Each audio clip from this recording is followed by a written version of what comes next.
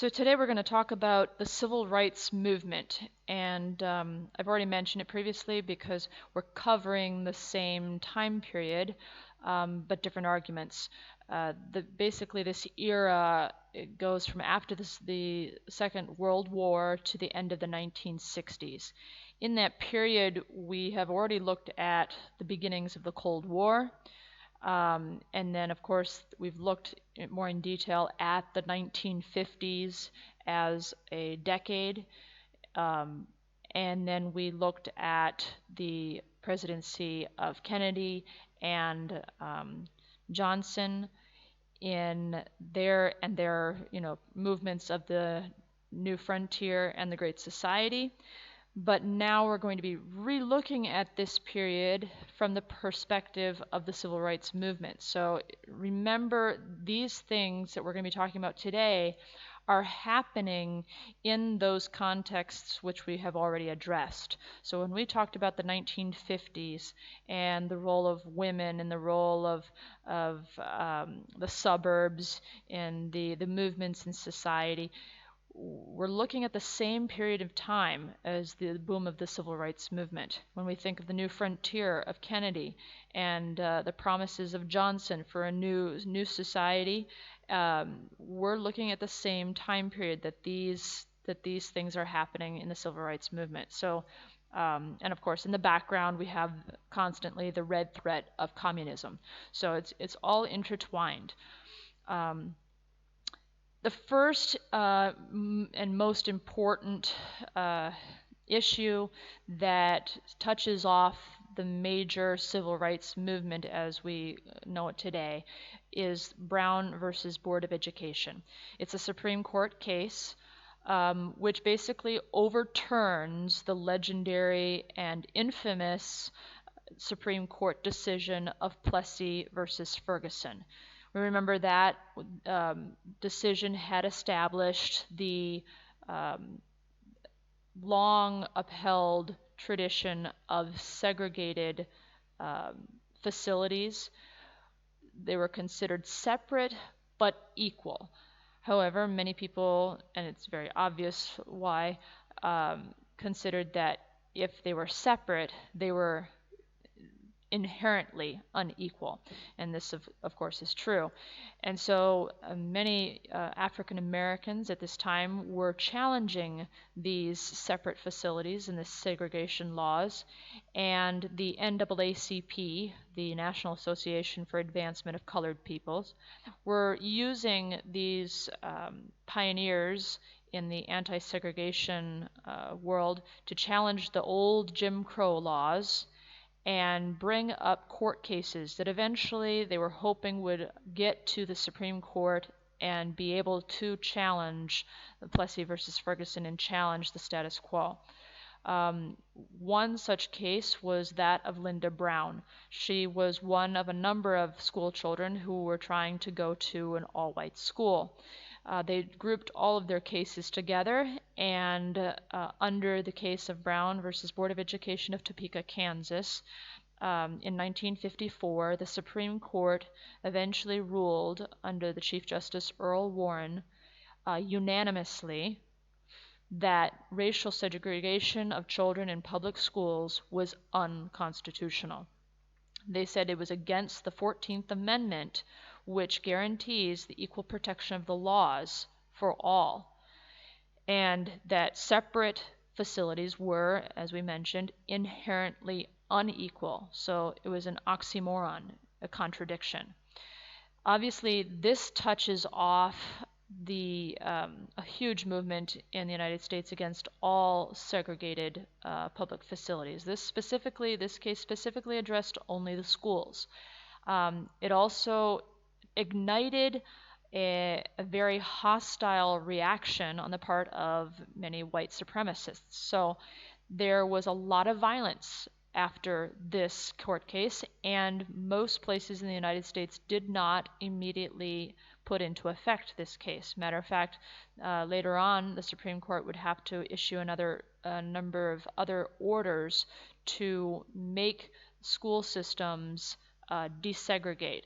it wasn't until 1969 that the final order of the Supreme Court to desegregate at once, giving them no time for putting into action their decision, that actually schools were desegregated completely, and in many cases by force. So it was a long, long road that still had to be traveled. If you think from 1954, when the case actually went through the court and it was declared unconstitutional, to the actual implementing of the ruling completely in 1969.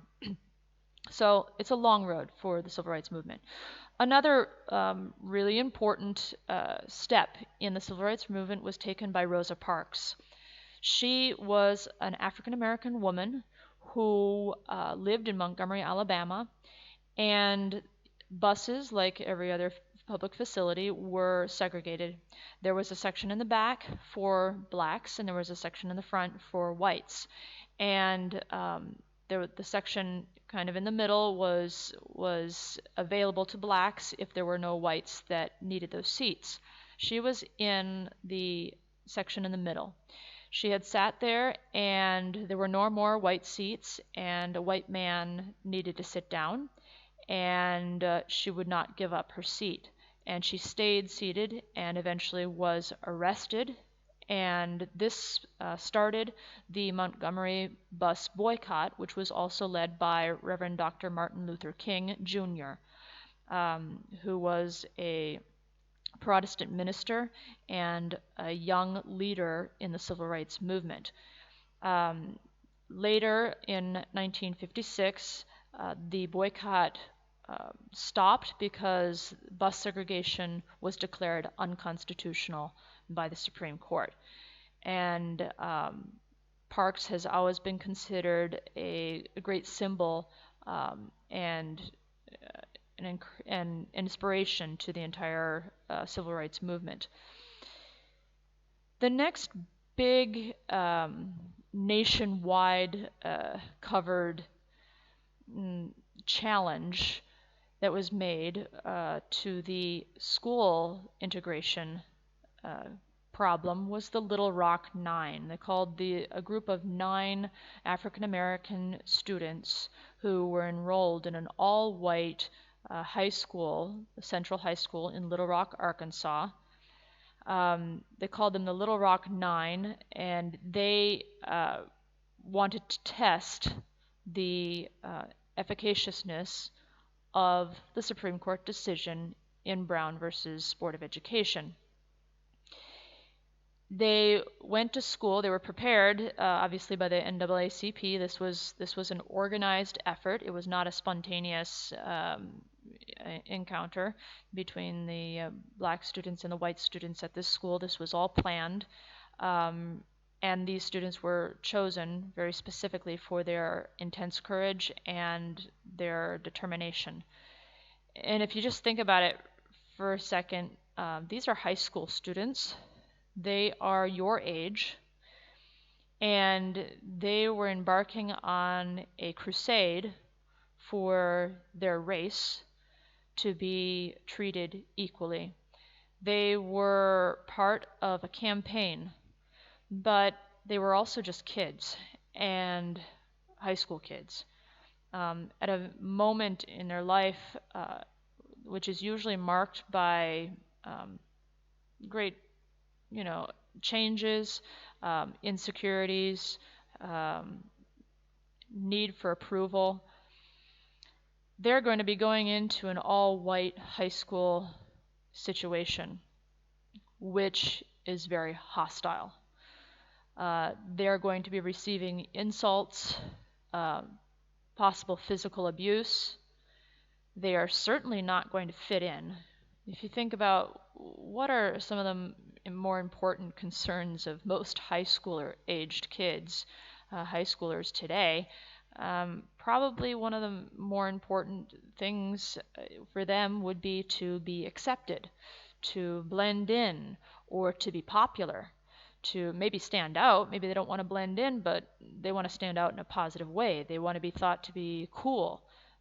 They want to be accepted by their classmates. They want to be, looked up to. They want to be like the others, or better than the others, but they want to be accepted. They want to be, they want to be part of the group. And obviously, these kids going into an all-white high school where they were going to be violently attacked every day were not going to have that normal high school experience that every kid would want. And it took a lot of courage and strength on their part to be able to face uh, this constant pressure and physical and verbal abuse that they were going to be facing. Finally, on September 4th, at the beginning of the school year in 1957, the first day of classes began and they came to high school. Governor Orville Faubus was the governor of Arkansas, and he called the National Guard, which is actually an armed force usually at the service of the state, and they came to block the entrance of the school to these black students. Now, these black students had a right to go to this high school under the Supreme Court decision of Brown versus Board of Education. This was a defiance by a state government of a national law. So, President Dwight D. Eisenhower felt forced to enforce a federal law by sending federal troops to the Little Rock High School to protect the rights of these students to go to school. And so he sent the 101st Airborne Division, and he federalized the National Guard. Federalizing a National Guard means to take control of the National Guard, which, like I said, is usually a military force at the service of the state. When it's federalized, and this happens at different times, when it's federalized, it is put under federal control, under national control. So don't get mixed up with the name National Guard. The National Guard defends the state.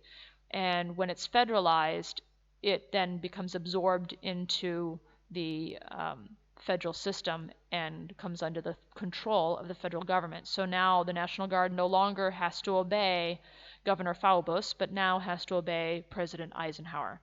And so the military remains present, and you see in the image here the soldiers escorting the students into the school and protecting them. They remain present at that school for the entire academic year. So can you imagine having to have military posted at your school so that you will not be beat up and hurt in any way while you're going to high school, while you're going to study history and math and science? And you never know, if you turn the corner or you go to the bathroom and you're alone, if somehow someone's going to beat you up or do something to you.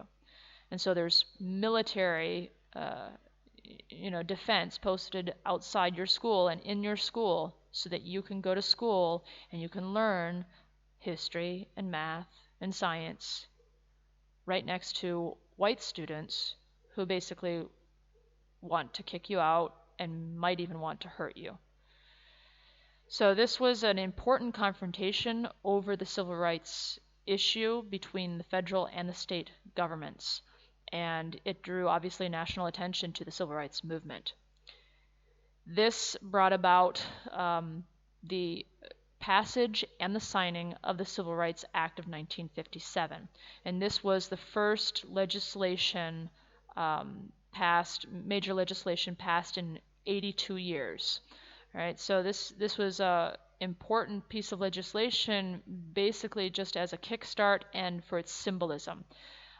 Essentially, it was supposed to help register African Americans to vote. By the time it got through the Congress, the bill was so weakened by all the compromises that were made that it had very little effect in reality.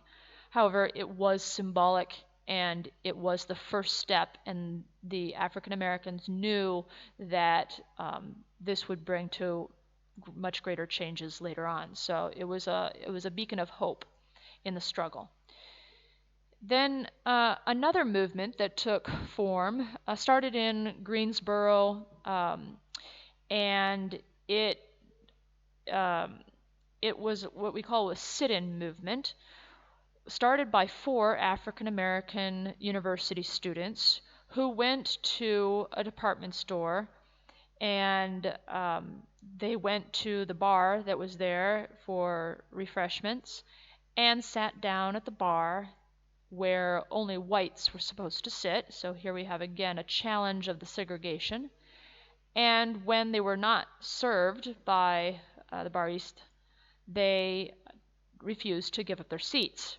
And they would stay there, so they blocked other customers from being able to come and sit down at those seats.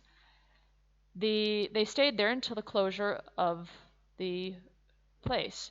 And the next day, more students came and did the same thing, until finally, at the Woolworth store, 300 students were sitting in the store and basically blocking the store from conducting business. These sit-ins and the success of these sit-ins started to spread all over the United States.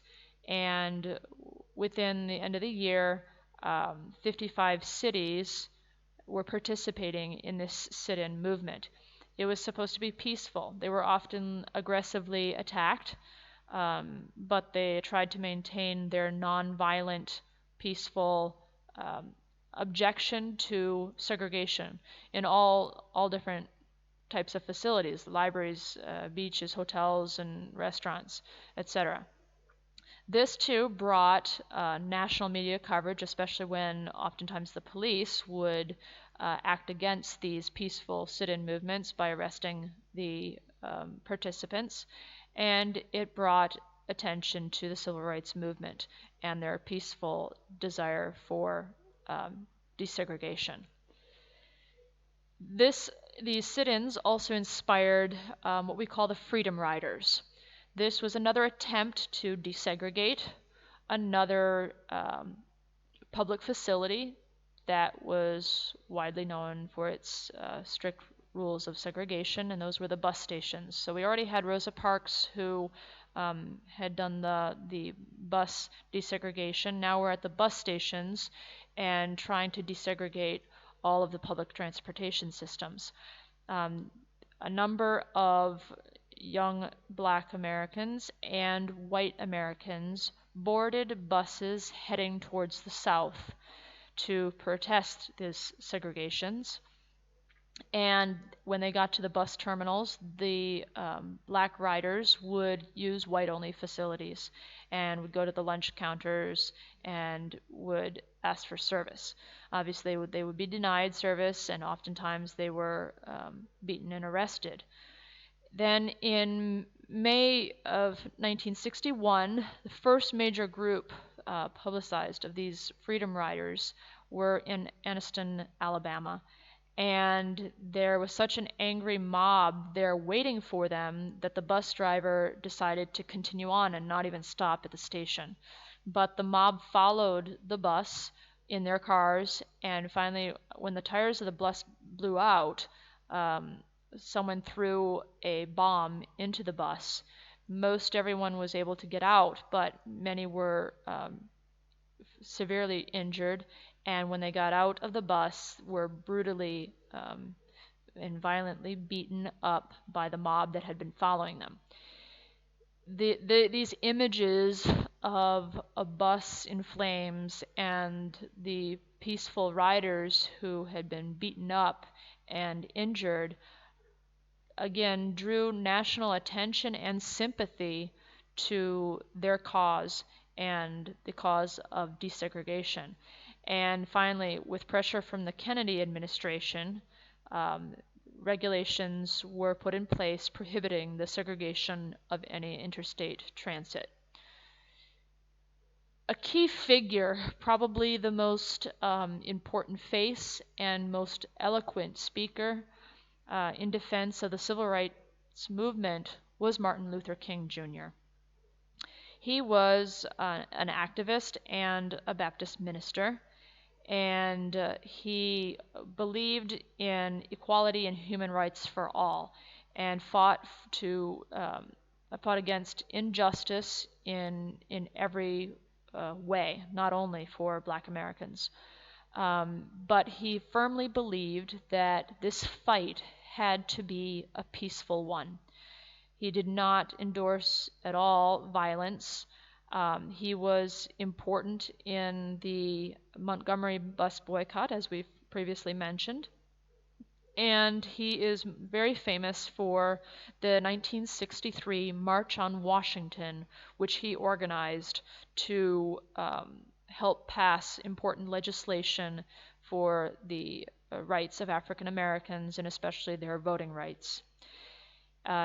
At that march on Washington, D.C., he proclaimed probably his most important speech, the I Have a Dream speech, which is also probably one of the most well-known speeches in history.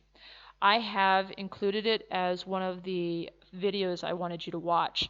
I think it's important that you actually hear his own words and you hear the whole speech. And you hear how he gave the speech too, because he's an incredible orator. His way with words, his rhetoric, and his manner, his charisma, his way of speaking are very inspirational. And it's important for you to get firsthand experience and to hear for yourselves what this iconic speech was all about. It really gave a new power to the movement, and that year he was named Man of the Year by Time magazine. And then in 1964, the next year, he was awarded the Nobel Peace Prize and was the youngest person to ever have received that award up till then. He is now remembered every year on Martin Luther King Jr. Day, which is a federal holiday in the United States. Now, another important episode in the civil rights movement that cannot be neglected was the violence that took place in Birmingham, Alabama. Martin Luther King wanted to lead a nonviolent campaign of demonstrations in the town.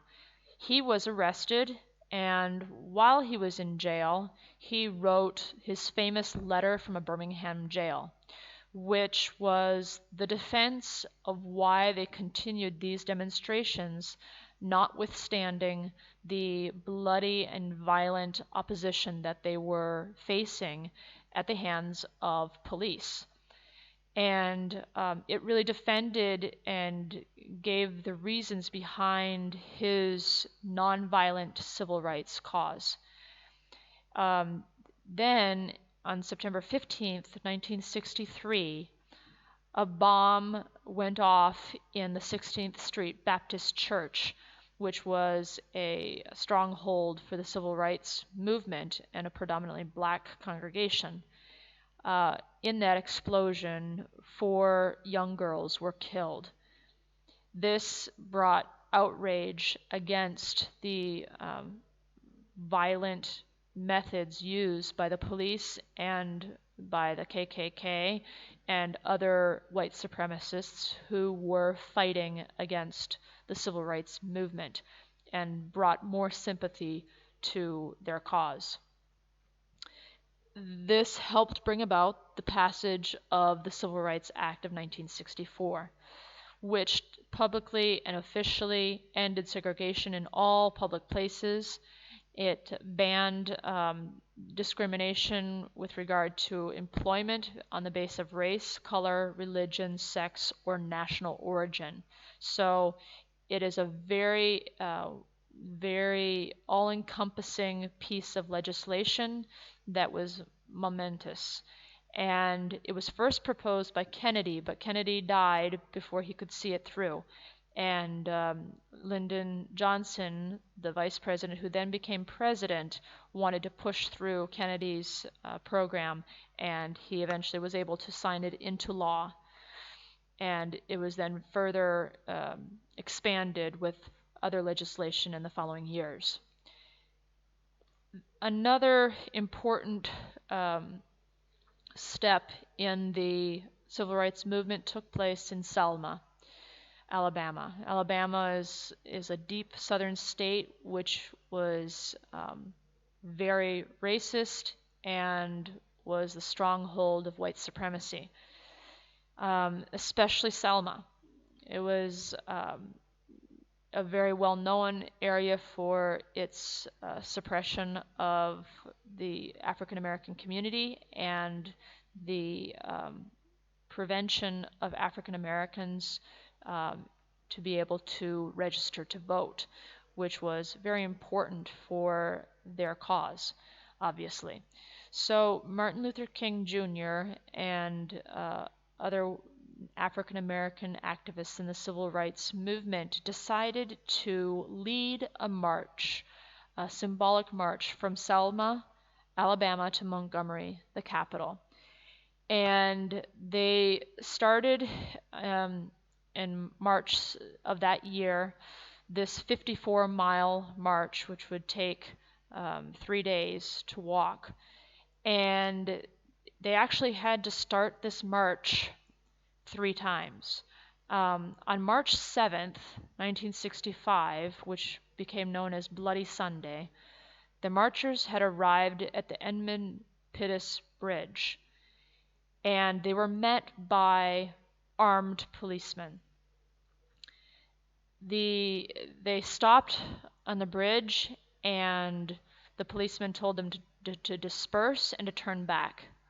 But they stayed there and they remained standing. They had a right to peaceably walk along the side of the street. They had a right to have this march. They were not doing anything violent. They were not obstructing the traffic. They were not disturbing the peace. This was their right to protest. And the police moved forward and they started pushing them back, and then they started beating them. They used tear gas, and a number of people were seriously injured, and some even died later from their wounds from the brutal beatings that they received on Bloody Sunday. This obviously enraged Americans and brought many more people down to Selma to join this march that they would then start back up again. And like I say, they had to try 3 times. Finally, there were thousands and thousands of people gathered, many religious leaders as well from all walks of life had come down to join this movement. And finally, President Johnson, after seeing all the violence that was taking place, he pledged to help the Selma marchers, and he sent the military again down to protect them and to escort them and to guard the whole road from Selma to Montgomery to ensure that the marchers could walk peaceably and could arrive at the Capitol without being beaten or turned back. And so basically the whole world at this point was watching this march because of the violence that had taken place. And finally they did make it to Montgomery, and this was one of the big pushes for the Voting Rights Act. Every time these acts of violence came out and were publicized on national television, it just actually helped the civil rights movement even more, because it made Americans in general, even those who were not usually previously sympathetic to the civil rights movement, became more and more so, seeing the injustices and the violence against these peaceful and prayerful people. So, like I said, it brought us to the Voting Rights Act of 1965, which basically guaranteed the rights that had been given to African Americans with the passage of the 15th Amendment to the Constitution, which gave them the right to vote. But this actually eliminated all the legal barriers that the state and local governments had put into place with the Jim Crow laws that had essentially and effectively prohibited African Americans from registering to vote and from voting. And so this is considered one of the most far-reaching pieces of civil rights legislation in U.S. history. It actually made the difference. And after this act, we saw an increase in participation in the elections, and we see in the South from 70 African Americans in elected official in office to 5,000 by the turn of the 21st century. So that's a big swing. And then just looking at the U.S. Congress, the Congress went from 6 to about 40 members, African American members. So this really made the difference for the African American community. Now, after these main gains for the civil rights movement, the major concentration of efforts was turned towards the poverty and the lack of opportunity that most African Americans had, especially living in the slums of cities or in the poor South. So their social and economic and political power was the focus of Dr. Martin Luther King and other important organizations in the African American civil rights movement. Here we see the birth of what we come to know as Black Power. So Black Power is inspired by their own racial pride and their cultural pride as African Americans, and by liberation movements in Africa and Asia and Latin America. And they try to seek this equality in economics, social life, and politics, but they try to obtain it by using any means necessary. So the Black Power movement starts to distance itself from the nonviolent methods of Martin Luther King and his supporters, and they take their inspiration from a man, Malcolm Little, who had been a juvenile delinquent in his younger days, had a difficult childhood. He was imprisoned for robbery, larceny, and he found the teachings of Elijah Muhammad, the head of the Lost Found Nation of Islam, or Black Muslims, which was not, it's not the same as Islam that when we think about it. It's actually a black nationalist group that that basically hated white people and saw them as evil.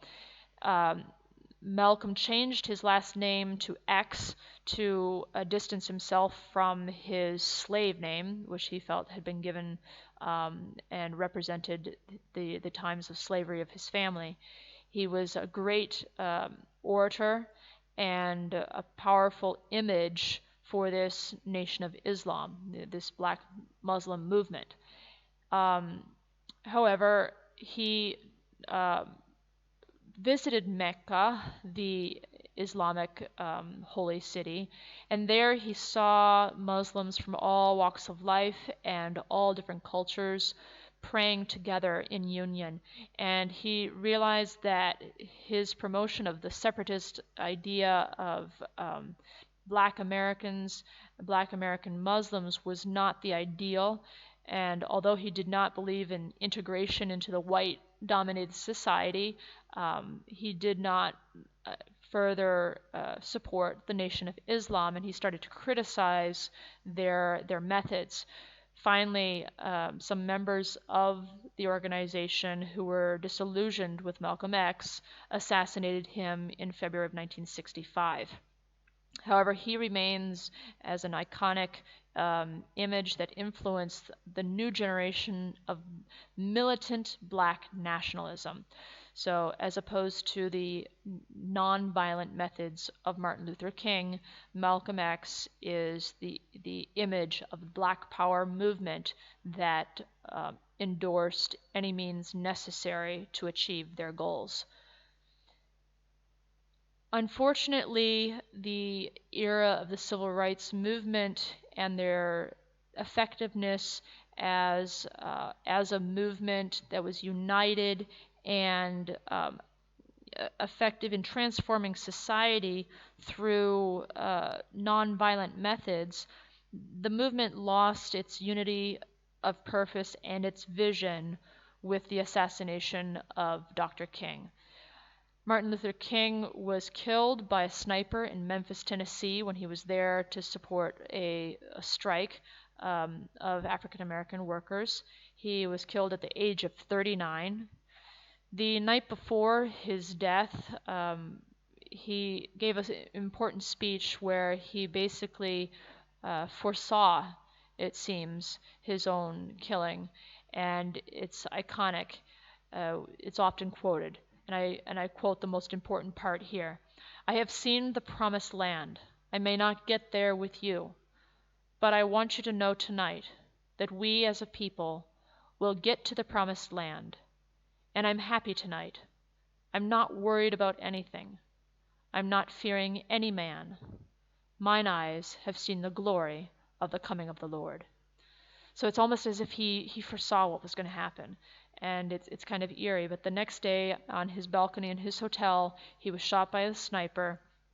And although whites and blacks throughout America mourned him as this symbol of nonviolent, persevering, peaceful, and prayerful demonstration in support of the civil rights movement, it created a greater divide between blacks and whites in America with his assassination.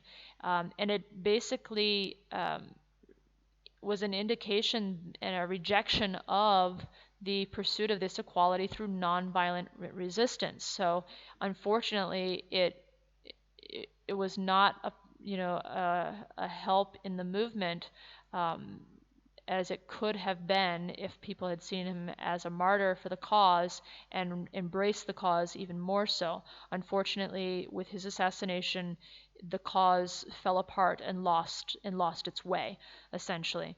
And it ended up radicalizing and doing the exact opposite of what King would have wanted, radicalizing and creating fuel for more violent parties such as the Black Panther Party in the late 60s and then early 70s.